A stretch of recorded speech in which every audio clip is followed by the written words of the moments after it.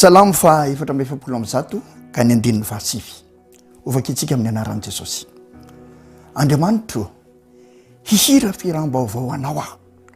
amin'ny valitorofolo no hankalazako anao. Izany salamo izay nataony Davidy zany no entina hiarabana anao izay manaraka tsy tapaka ity fandaharana antsakera fiderana ity. Faly ny fo ary ravo tokoa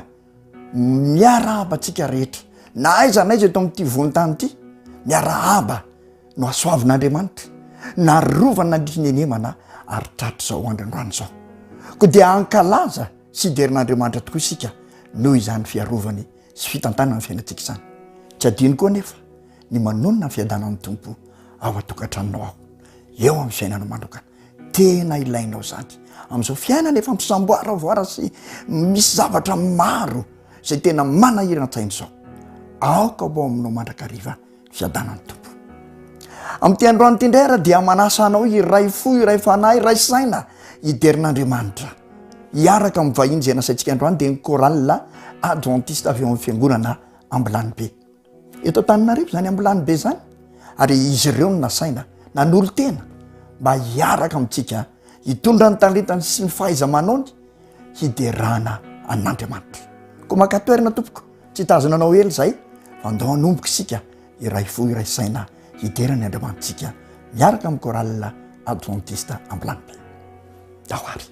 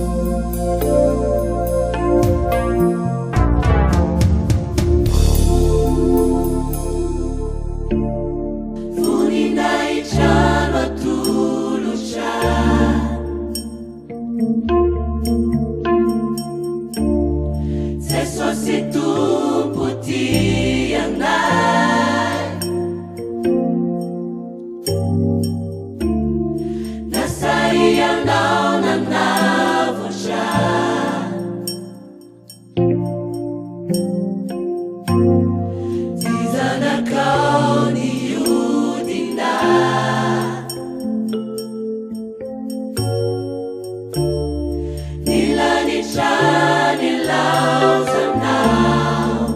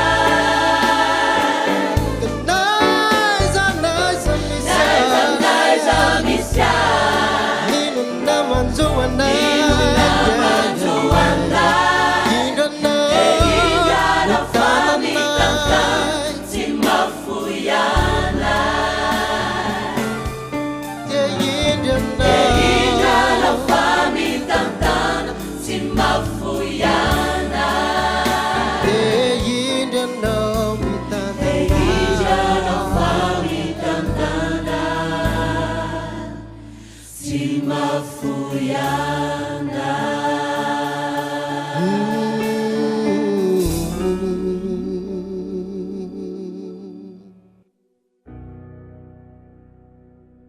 soran'andriamanitra isika ny amin'ny tapany voalohany zay niarahantsika tamin'ny koralina tao ambilany be mahafinaritra ny miderin'andriamanitra niaraka tamin'izy ireo ohatra niakatra mihitsy ny fanahy nidera n'ilay tompo nidera sy name voninahitra ilay andriamanitra tompontsika avelantsika izy ireo akaina kely dia andao indray sika araka ny mahasatra andeha andray fampahirezana foy avy eo amin'ny soratra masina ny salamo faraka ambin'ny folo no angalatsika izany fampahirezana foy izany ka ovakitsika ny andininy voalohany sy ny faharoa ary ny fahatelo ity salamo ity moa zany dia salamo nataon'ny davida mpanjaka ka nanomezany ny eritreriny sy ny fisainany ary indrindra ny maharisy lahatra azy amin'ireo namany zay saritahotra ny antony mantsy dia izao tany anevitra zifa any anaty kiritralany zifa davida tamin'ity fotoana ity ary voatatary zany eo amin'ny samuel voalohany toko fa 13 ka manomboka ny 15 tany izy rehefa nienjehan'ny saoly dia nitsoka tany amin'izany efitra zifa izany tany anaty kiritrala tany anaty ala tany ary tonga namangy azy jonatana ilay zanak' saoly kanefa namany tena miaraka taminy nanao fanekena izy mirala ary rehefa lasa jonatana dia nihira nanorona nihira izany salamo faraka ambin'ny folo zany davida mpanjaka ka ane olo mihitsy mifitokizana amin'andriamanitra ndiny ovaka itsika ny andininy voalohany sy varoa ary fahatelo ny anaran'i jesosy jehova no ialofako ahoana nanaovareo amin'ny fanahiko hoe mantsiro ho any tenibohitra toy ny vorokely fa indro ny ratsy fanahy manenjana ny tsipikany efa nanamboatra ny zana-tsipikany eo amin'ny kofehy izy nikendry tao amin'ny maizina hitifitra amin'ny mahitsy fo fa rava ny fanondrenana ka inona indray no azony marina tao eto zany reo olona sara tao reo olona manodidina ny davida dia maneho mihitsy ny ayayany amin'ny zavatra anjohan'ny davida satria manenjika azy saoly ary izy mitsoka any amin'ny hevitra zifa dia nanoro-hevitra izy ireo hoe mandehana mandosona tenibohitra toy ny vorokely ianao tena angamba oabolana tena ampiasaina ampitandreman'olona re zay enjehan'ny olona zany teny zany teo amin'ny vahoaka hebreo rehefa tena misy manenjika to moa ka ny vorokely manidina eny amin'ny tsifatsifaka mivato sy eny amin'ny kiritrala iny izy ao nahita azy dia zany angamba ny nanomezan'izy ireo ny toroa hevitra hoe mandehana makany antenibohitra tahaka ny vorokely ianao ary tsy zay ihany fa misy antony mihitsy natonga azy ireo teny zany mindininy faharoa fa indro ny ratsy fanahy manenjana ny tsipikany efa manamboatra ny zana-tsipikany eo amin'ny kofehy izy mikendry tao amin'ny maizina hitifitra amin'ny mahitsy fo zany hoe efa vonona mihitsy ny hamotika hamono ary hitady ny aina ilofo ny ainy davida mihitsy ireto fahavaliny noho izany dia nomeny izany torohevitra zany davida mandana mandosina ny tenibohitra toy ny vorokely ary ny andiny fahatelo dia mbola misy koa nanamafisany reto olona saritahotra reto ny tokony antosirany dia ny hoe andiny fahatelo manao hoe fa rava ny fanondrenana ko iny indray no azo marina tao rava ny fanondrenana ilay fototra mihitsy ny rava raha ohatra ngamba ataontsika ve tamin'ny andro davida zany dia le foto-kevitra zay tokony hijoron'ireo mpitondra ireo mpanjaka sy ny manodidina azy zay tokony hitandro ny fahamarinana sy ny fahitsina zany mihitsy ny rava ko inona tsony ny azo marina tao raha zareo tokony hanohana izany foto-kevitra zany no mampiaritra amin'ny fanohitra amin'izany tsisy ninona azo atao fa tsy mandositra ka izany nataon'reto olona saritahotra reto kanefa davida tsy nandray nytorohevitra ry zareo fa izao no nataony ahoana nanaovanareo amin'ny fanahiko hoe mandosiro jehova no ialofako amin'ny davida dia jehova no fialofany na izany ary ny zavatra mahazo azy dia manana fiadana ampo davida satria andriamanitra no ialofany andriamanitra no fikindry ary raha sena mandritra ny tendrombohitra izy dia izao efa nanao fanandramana tahaka izany koa davida ao amin'ny salamo fa raika amin'ny roapolo am'izao dia manompo ny masoko amin'ny tendrombohitra avy aiza ny famonjena dia novaleny hoe ny famonjena dia avy amin'ny jehovah mpanao ny lanitra sy ny tany fantatry davida tsara ny andriamanina fantatry davida tsara ilay andriamanitra hitokiny fa azo ny atsona amin'ny fotoana rehetra satria izao eo amin'ny andimy faefatra dia zao no teneniny Davida. Jehova dia mitempolo masina fiaindranan Jehova dia any an-danitra Jehova ilay Andriamanitra Davida any an-danitra ka tsy misy tsony andro te afaka mamonjy azy amin'ny fotoana rehetra na aiza misy azy na anaty lavabato na ny amin'ny efitra zifa na anaty kirihitrala dia afaka mamonjy azy ny Andriamanitra izay fantany loatra amin'ny fotoana rehetra iantsony azy ka dia tena tsy nandray nitorohevitreto olona sary tahotra manodidina azy reto Davida fa vao maika zany ijoro satria manana fiatanana miaraka amin'ny Jehova. Ary eo amin'ny andimy faefatra dia ny mason'i Jehova mijery eny ny odi-maso mizaha toetra ny zanak'olombelona. Mijery any Davida koa Andriamanina io, mijery ny zanany Andriamanitra, mijery ny olony Andriamanitra na any ambony any an-danitra azy izy dia mijery ny zanany ety ambany aty, tsy mifanipaka mitsy fa mifanaraka any an-danitra n'Andriamanitra sy ny fijeren'ny zanany ety ambany satria Andriamanitra tsy voasaka ny elanelan-tany ny Andriamanitsika. Andriamanitra tokony ho deraina noho izany toetrany zany. Ary farany Andriamanitra mitsara marina koa Andriamanitra satria amin'ny andimy dia Jehova mizaha toetrany marina fa ny ratsy fanahy sy mifaly ampidi-doza dia samy ala ny fanahiny andatsaka fantsika amin'ny ratsy fanahy azy tahaka ny fandatsaka ranon'olana. Afo sy solofara rivo mahamay no anjaraka bokany. Mitsara marina Andriamanitra mizaha toetran'ny olombelona rehetra Andriamanitra eny fanahiny marina azy fa rehefa hita ny famitazona amin'ny famarinana ny olo marina dia azo antoka ny fiarovany. Noho izany mitsara marina izy ka reo ratsy fanahy sy ireo lazain'ny Baiboly eto hoe mifaly ampidi-doza dia ahazo ny anjarany koa. Mitsara marina Andriamantsika ka izany toetran'Andriamanitra zany any an-danitra afaka mamonjy amin'ny fotoana rehetra amin'ny toerana rehetra mijery fa tsy manakipo maso ary mitsara marina. Nolitiky ny Davida dia izay Jehova no iarovako. Ahoana no resako nitorohevitra io dia avana malala andehiko tsika no tahaka ny Davida hitoky amin'Andriamanitra ary ireo toetran'Andriamanitra ireo tokony hiderantsika azy tokony handratantsika amin'ny foninahy. Mino aho fa noho ny fitarian'ny fanahymasina dia hanao izany sika manomboka androany hitoky ary hiaraka amin'Andriamanitra isan'andro isan'andro. Amen. Andeha ary raha isika indray ireo chorale adventiste ao Ambilanibe hiditra amin'ny tapany faharoa anohisantsika ny fitaran'Andriamanitra. Tahoary.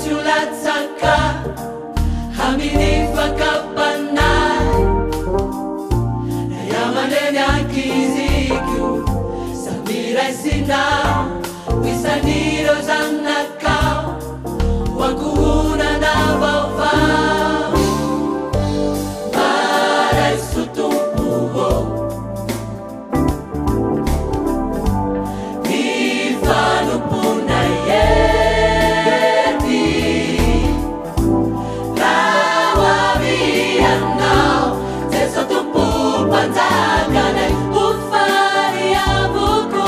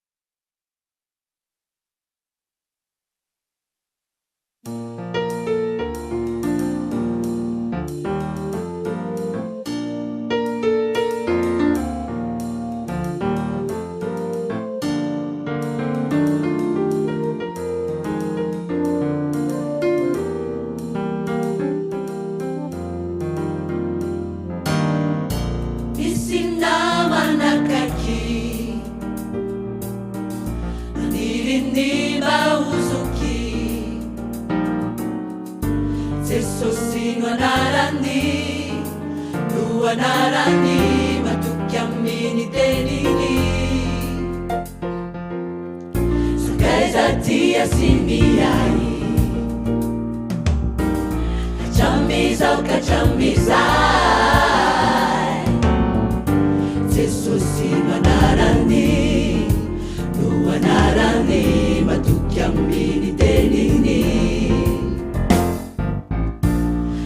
Pambalini tarainaku Mampaera mini fiainaku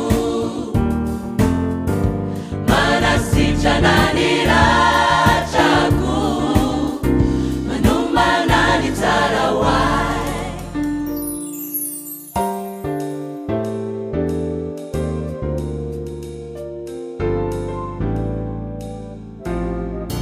Iziti mamandau Hamini majuanda Jesosy no anarany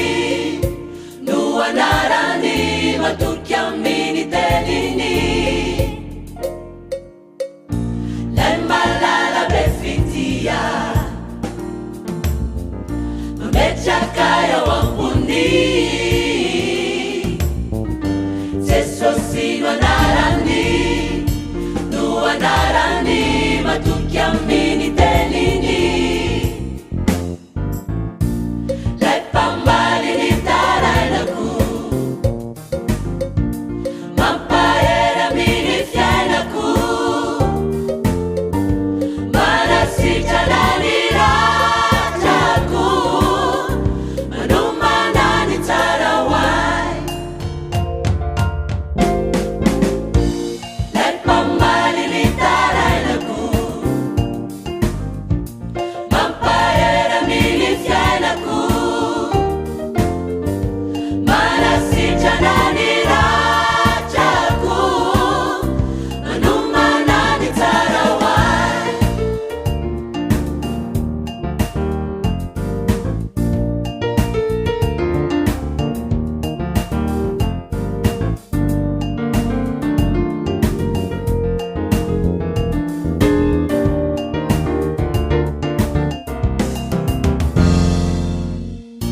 Nimarary sitrany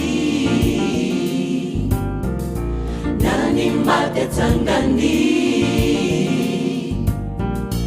Nyolana novahany Nyutano avelany Lay pambaliny tarainako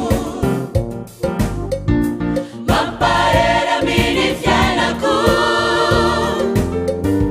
Manasitralany rajako Manumanany tarawai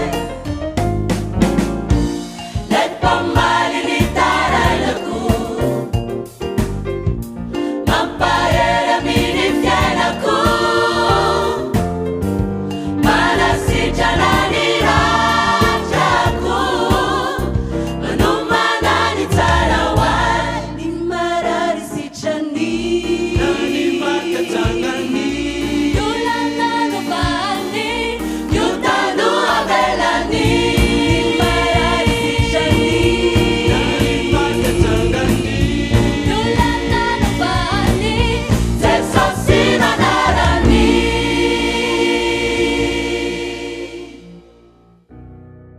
Sotran'Andriamanitra sika satria nateraka tosoa matsara indray ny androany ary tafaraka mihitsy sika mianakavy nitera azy fifaliana mihitsy moa zany manerana n'ity votany ity dia nisy olona niterin'Andriamanitra niaraka tamin'ny fiantsakera fidirana ity androany ary isaoran'Andriamanitra zany tombontsoana anatsika isan'andro san'andro zany izay ahafahantsika mitera sy manandratra ny voninahiny saorantsika koa ireo koral ambilany be izay nasaitsika ary nasain'ny fandarana mba ho tonga hanatanteraka ny anjara izay fa neken'izy ireo nanolo teny izy ireo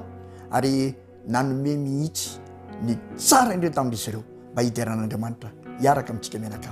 koa dia isaoranazy zany ary maniry mandrakariva mba ho tehirizin'Andriamanitra ao amin'izany toerana zany izy ireo